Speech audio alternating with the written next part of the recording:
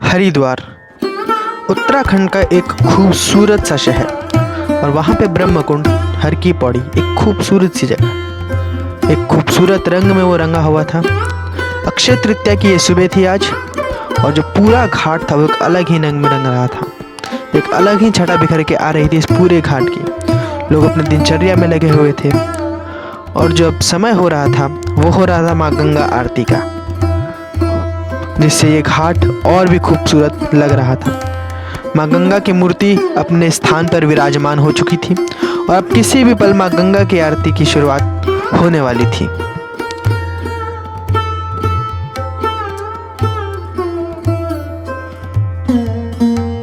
माँ गंगा की आरती होते होते सुबह अपनी छटा बिखर चुकी थी। एक अलग ही लालिमा सुबह में आ रही थी। हल्के हल्के बादल थे जो कि हमें सुबह के दर्शन, सूर्यदेव सुबह के दर्शन नहीं दे पाए हमें, लेकिन एक खूबसूरत सी मॉर्निंग थी। और तो और माँ गंगा अपने पूर्ण रूप तेज प्रवाह में दिख रही थी हमको। यहाँ एक अलग ही छटा आरती में दिख रही थी। सब लोग मग्न थे, कोई वीडियो बनाने में, कोई इसको एंजॉय करने में, कोई आशीर्वाद लेने में। लोकल्स तो कम थे लेकिन बाहरी लोग काफ़ी ज़्यादा थे। हाँ, अब अक्षय तृतीया का दिन था, एक लंबा वीकेंड भी यहाँ से शुरू होने वाला था, तो बाहर के लोग को एक्सपेक्टेड थी। ये खूबसूरत सा शहर और खूबसूरत सी सुबह यहाँ की माँ गंगा के घाट से दिख रही थी। हरिद्वार अपने रंग में अलग ही दिख रहा था, एक अलग ही छटा जो इसकी बिखर के आ रही थी अक्षय तृतीया के दिन। आगे आने वाले टाइम में इस पे काफ़ी भीड़ हमको दिखने वाली थी।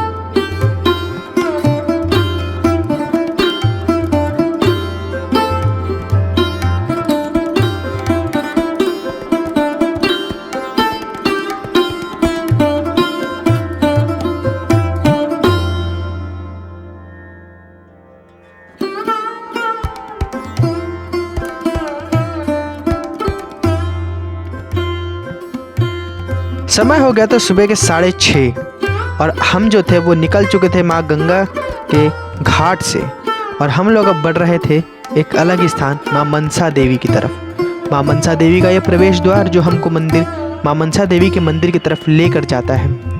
हालांकि माँ मनसा देवी के मंदिर में आप ट्रैक करके भी जा सकते हैं, लेकिन हम यहाँ पर डोली में जाना हमने प्रेफर किया और इसके ये टिकट रेट्स थे। डोली पे जाना कोई आसान काम नहीं है। आपको सुबह आते हैं तब आपको काफ़ी जाके नंबर आपको अच्छा मिलता है। किस्मत अच्छी थी, भीड़ कम थी लेकिन कम थी, जिसकी वजह से हमारा नंबर भी थोड़ा जल्दी आने वाला था।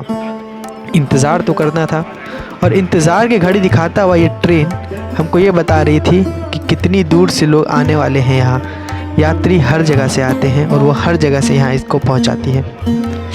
हालांकि मनसा देवी के रास्ते पे ये ट्रेन ये भी काफ़ी खूबसूरत लग रही थी। नीचे रास्ता और ऊपर ये ट्रेन। नीचे सब लोग अपने इंतज़ार में, ऊपर सब लोग अपने गंतव्य पे पहुंचने के स्थान में थे, इंतज़ार में थे। तो सब लोग अभी इंतज़ार ही कर रहे थे। अब जो हम थे वो थे डोली की तरफ।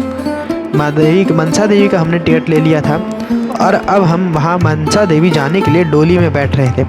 5 लोग होने के कारण हम लोगों को अलग अलग बैठाया गया था, तो जिसमें पापा और बड़े पापा वो लोग एक पे चले गए थे और बाकी हम तीनों लोगों के लिए एक अलग ही बुक किया गया था। बुक किया गया मतलब हमको अलग से डोली दी गई थी जिसमें हम 3 लोग बैठे थे। तो हम तीनों लोग बैठे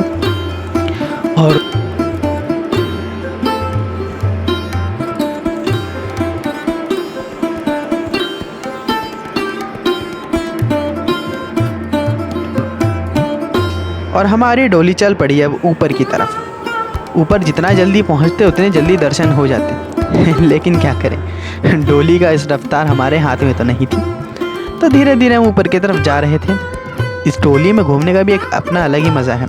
जहाँ जिसको डोली शब्द नहीं पसंद उसको हम रोपवे कह सकते हैं। रोपवे इसको इंग्लिश में कहा जाता है। शहर यहाँ से दिखता है, धीरे धीरे शहर हमको दिख रहा था। ऊपर ऊंचाइयों पे जा रहे थे। एक अलग ही खूबसूरती जो कि कैमरे में हालांकि इतना कैद नहीं हो पाई है, आंखों में ज़रूर कैद हो गई है, वो दिख रही थी। माँ मनसा देवी का द्वार धीरे धीरे हमारे नज़दीक आ रहा था और हम शहर से दूर माँ मनसा देवी के पास जा रहे थे। हालांकि ऊपर आप ट्रैक करके जा सकते हैं, लेकिन ट्रैक में करीब 1.5-2 घंटा चला जाता। प्रेफर किया हमने वहाँ इसलिए रोपवे से जाना। तो एक रोपवे से जाने का अपना एक अलग एक्सपीरियंस भी हो जाता है, और तो और हमें फिर एक जल्दी पहुंच भी जाते हैं। अब आगे हमको बहुत रास्ते ट्रैक करने थे, तो इसीलिए हमने अभी ट्रैक करना मुनासिब नहीं समझा। अभी तो बस हमें ये था कि वहाँ पहुँच जाए जितनी जल्दी हो सके, लेकिन रोपवे अपनी रफ्तार में और हम खूबसूरती का आनंद उठाते हुए।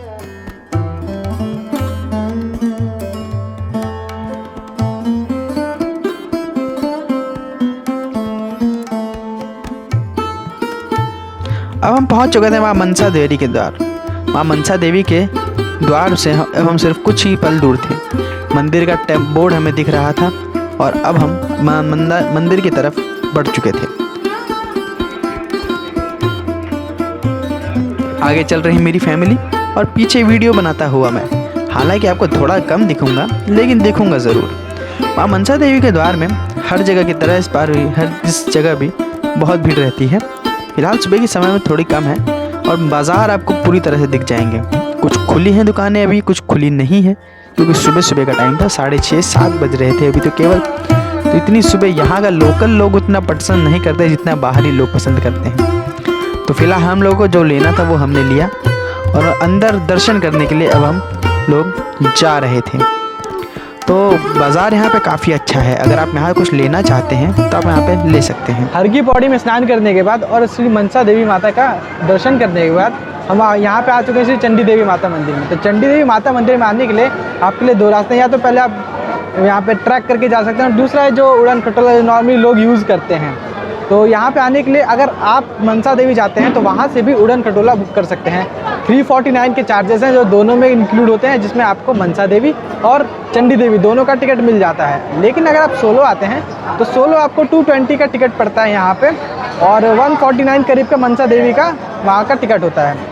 तो अगर आप यहाँ सोलो आते हैं फिर भी आपके कंफर्टेबल है। लेकिन अगर आप मान लीजिए 444 का पैक लेते हैं तो जिसमें मनसा देवी प्लस चंडी देवी और चंडी देवी से लेके मनसा देवी तक वो आपको यहाँ का ट्रांसपोर्ट मिल जाता है, जो कि 95 रुपीज़ करीब है। और टाइम भी हमको काफ़ी हो गया है, 9:30 का करीब हमारे को टाइम हो चुका है। और इसके बाद हम यहाँ फिर जाएंगे, फिर अपना ब्रेकफास्ट वगैरह करेंगे और उसके बाद फिर हमें आगे की जर्नी को हम कंटिन्यू करेंगे। हम लोग बढ़ चुके थे माँ चंडी देवी की ओर। माँ चंडी देवी के जाने के लिए भी रोपवे है और इसकी जो गाइडलाइंस थी वो मैं पूरी बता चुका हूँ पहले भी, तो बताने का कोई इतना मतलब है नहीं। हाँ, रास्ता ये भी काफ़ी खूबसूरत है, शहर से दूर है, और जिसकी वजह से यहाँ पे गंगा की धाराएं और शहर दोनों खूबसूरत दिखते हैं। पहाड़ों की शुरुआत यहाँ पे हो चुकी है। हालांकि गंगा जो है वो प्लेन्स में हरिद्वार में ही आके मिलती है, तो ये आधा प्लेन है आधा पहाड़ी एरिया है। और ये माँ चंडी देवी का द्वार, इनके द्वार में भी अब हम लोग आ चुके थे और माँ चंडी देवी के दर्शन करने के लिए हम लोग अब आगे जा रहे थे।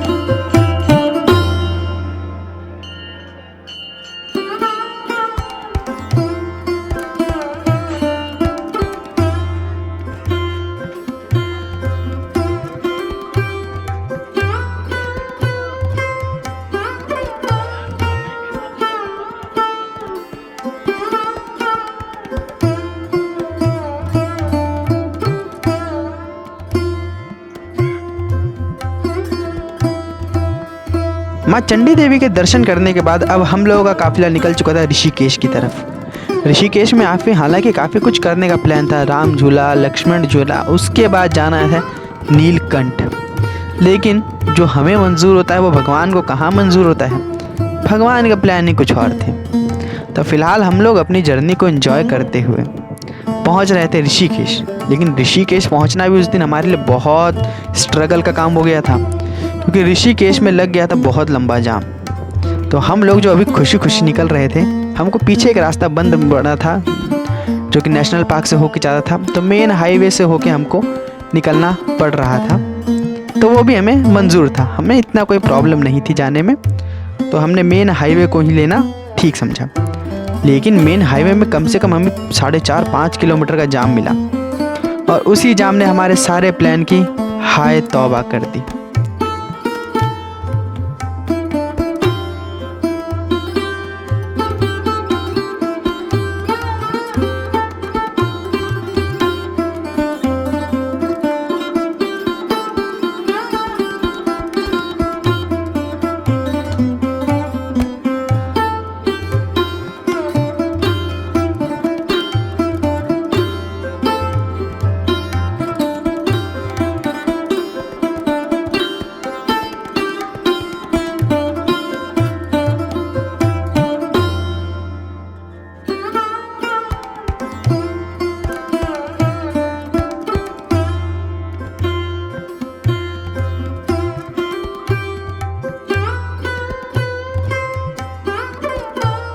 ऋषिकेश से होते हुए अब हम लोग पहुंच चुके थे श्री नीलकंठ जी के द्वार।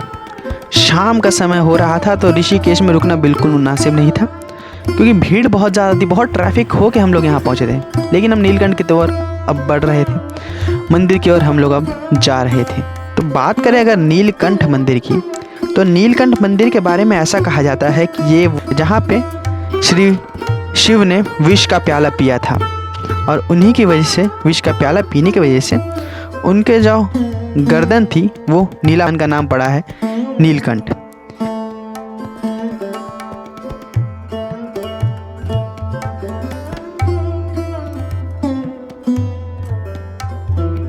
दर्शन करने के लिए यहाँ भी अच्छी खासी लंबी लाइन थी। ऑफ कोर्स वीकेंड था, लाइन तो लंबी होनी ही थी। जैसे ऋषिकेश में भीड़, वैसे ही यहाँ भी भीड़ अच्छी खासी थी। हम लोग यहाँ शाम को पहुँचे थे तो थोड़ा सा कम मिला। दर्शन वगैरह हम सब लोगों के हो चुके थे। हम लोग भी यहाँ प्रांगण में बैठे थे और यहाँ की खूबसूरती देख रहे थे। हालांकि दिखने कुछ खूबसूरती है नहीं, लेकिन मंदिर में बैठ के एक अलग ही शांति मिलती है, दिल खुश हो जाता है और मन करता है कि बस यहीं बैठे रहें। तो उसी तरह हम लोग वहीं बैठे हुए थे और आज का दिन शायद यहीं ख़त्म होने वाला था।